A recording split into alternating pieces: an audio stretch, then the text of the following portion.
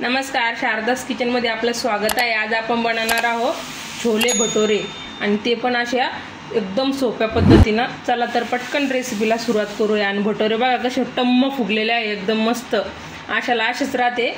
चला बघूया। हे बघा इथे ना मी हे छोले असे भिजू घालून घेतले ते 7 ते 8 घंट्यासाठी साध्या पाण्यामध्ये मस्त भिजलेले आहे। आता आपण या पाण्यातून आहे ना काढून घेऊया।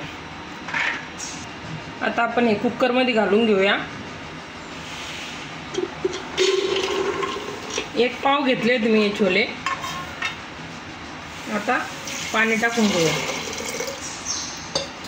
छोलेच्या वरती पाणी आलं पाहिजे। हे बघा असं थोडंसं मीठ टाकायचं, थोडी हळद टाकायची। आता झाकण लावून आहे ना 20 मिनिटासाठी कमी गॅसवर होऊ द्यायचं। याला आपले छोले शिजत आहे तोपर्यंत आहे ना आपण एक प्युरी तयार करून घेऊ। हे बघा इथं 2 कांड्या लसूण मी सोलून घेतलेला आहे आणि 2 इंच अद्रकीचा तुकडा घेतलेला आहे, ते मिक्सर जारमध्ये टाकून द्यायचा। आणि छोटे छोटे 2 कांदे घेतलेले आहेत, ते पण याच्यात टाकून द्यायचे। हे बघा इथं थोडे खडे मसाले घेतलेले आहे, छोटी इलायची आणि एक चक्री फुलाचं आहे ना 1 पाकळी घेतलेली आहे, 1 लवंग, शहाजिरे, दगडफूल असं सगळं याच्यात टाकून द्यायचं। आता पाणी टाकून याची प्युरी तयार करून घ्यायची। हे बघा अशी प्युरी तयार झालेली आहे आपली। इथं आपण आहे ना 1 वाटी दही घेऊया आणि भटोरेचं पीठ भिजवून घेऊया। 1 वाटी पाणी टाकून घेऊया। चवीनुसार मीठ टाकायचं, खायचा सोडा टाकायचा थोडासा, 1 चमचा तूप टाकायचं। हे व्यवस्थित मिक्स करून घ्यायचं।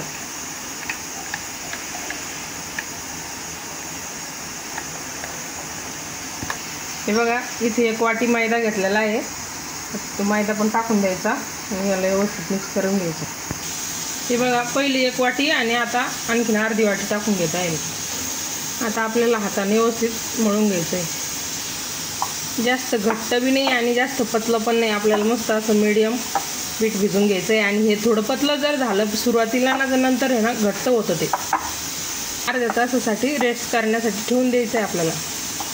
हे बघा अशा पद्धतीने मळून तयार झालेलं आहे आपलं पीठ। आता आहे ना थोडंसं तेल घ्यायचं आणि असं करायचं, त्याला लावायचं सगळीकडून आणि अर्ध्या तासासाठी चांगलं भिजू द्यायचं झाकण ठेवून। बघूया आपण चेक करून 20 मिनिटं झालेले आहे।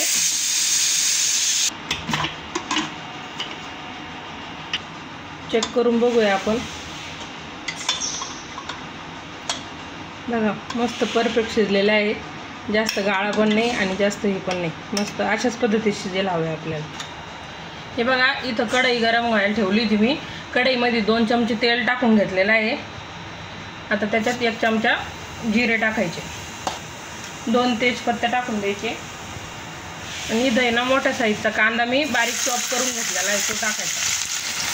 आता याला आहे ना थोडा कलर चेंज होईपर्यंत परतू द्यायचा आहे, लालसर कलर होऊन द्यायचा याचा। अगदी थोडासा हिंग टाकायचा। बघा कांद्याचा कलर थोडा चेंज झालेला आहे, तर आपल्याला आणखीन आहे ना ही प्युरी तयार करून घेतली होती आपण कांद्याची लसणाची, त्याची ही पण त्याच्यामध्ये परतून घ्यायची, त्याच्यामध्ये बरोबर मिक्स होऊन जाईल। 1 टमाटर आहे ना बारीक चॉप करून घेतलं होतं, ते पण टाकून द्यायचं। आणि आता याला ना चांगलं 10 मिनटं कमी गॅसवर परतू घ्यायचं। बघा कांदा ते एकदम व्यवस्थित परतलेला आहे। आता आहे ना आपल्याला त्यामध्ये मसाले टाकून घ्यायचे। हे बघा इथं 2 चमचे आहे ना चना मसाला टाकायचा आहे मी, थोडीशी हळद आणि 1 चमचा लाल मिरची पावडर टाकायची गरज नाही।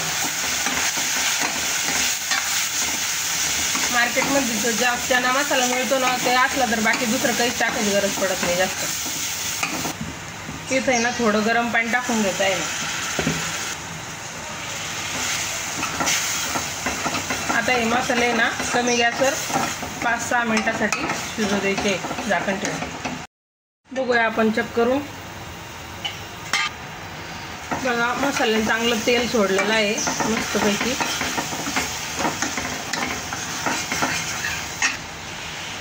थोडीशी कस्तुरी मेथी टाकून देते। कस्तुरी मेथी नाही ना चव खूप छान येते।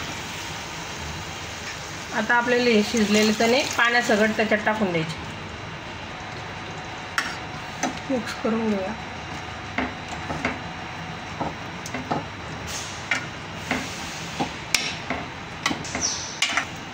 थोडंसं मीठ टाकून घेत आहे, पहिलं पण मीठ टाकलं होतं चणे शिजायला, त्याच्यामुळं अंदाज पाहून मीठ टाकायचं। कोथिंबीर टाकायची, कमी गॅसवर 5 ते 6 मिनटं शिजू द्यायची चांगलं आणखीन याला। आता बघूया आपण चेक करून, 10 मिनटं झालेले आहे मस्त। आपले छोले इथं बनवून तयार आहे बघा।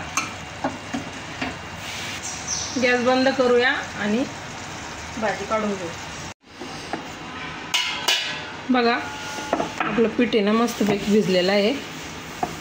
आता आपल्याला आहे ना याचे गोळे तयार करून घ्यायचे। तर गोळे तुम्ही तुमच्या मर्जीनुसार करू शकता, छोटे मोठे। हे बघा मी अशा पद्धतीचे घेते। असं थोडा मैदा लावून आहे ना लाटून घ्यायचे, आणि तुम्हाला ज्या आकारचे भटोरे हवे त्या आकारचे तुम्ही लाटू शकतात। इथे मी थोडा असा लंबा आकार देते, तुम्ही असे गोल पण लाटू शकता।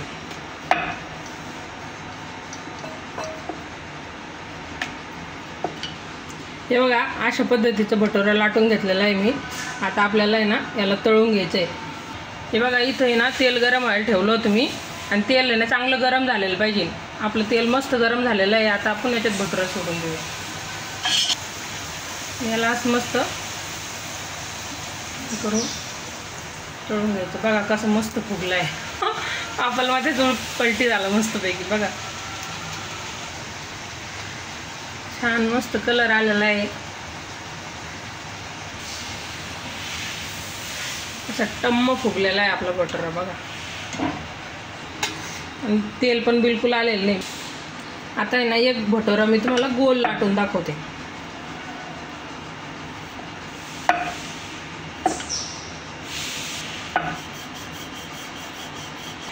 हे बघा एक गोल लाटून घेतलेला आहे आपण। आता हे पण तळून दाखवते मी तुम्हाला।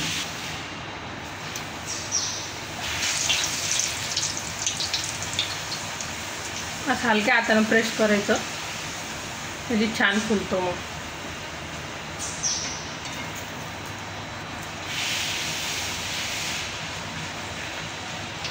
हे बघा आता काढून घेऊया। हे बघा आपले छोले भटोरे इथं तयार झालेले आहे मस्त। अशा पद्धतीचे छोले भटोरे तुम्ही नक्कीच ट्राय करून बघा।